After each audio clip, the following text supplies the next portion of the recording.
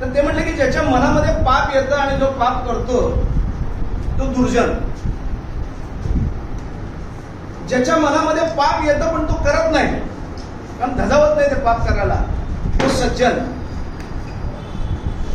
आणि ज्याच्या मनामध्ये पापच येत नाही त्यामुळे करण्याचा प्रश्नच नाही तो साधू. तर मी थोडासा विचार असा केला की जर का चाळू कानामध्ये हे लावायचं झालं तर आपण त्याला कशा पद्धतीने लावू शकू.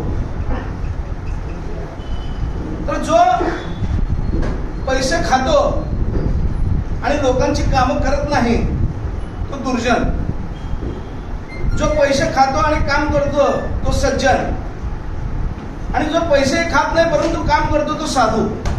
तो कधी तर कुठल्या कॅटेगरीमध्ये बसवायचं हे आपण सगळेजण ठरवू शकतो.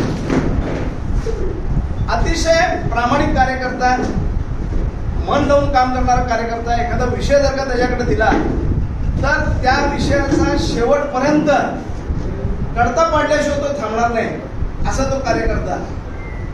आणि अशा कार्यकर्त्याने आज 100 जन्मठेपी आणि 2 फाशी, अशा खरं सांगायचं तर हे त्याच्या कार्याचं कौतुक आहे.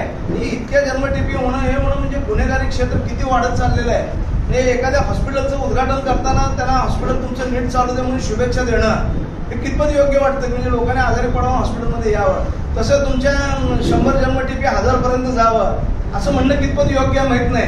परंतु मी त्यांना अशा शुभेच्छा देऊ शकतो की तुमच्या कामाचा दबदबा बघून सोलापूर जिल्ह्यातला गुन्ह्याचा जो प्रकार आहे तो अतिशय कमी व्हावा,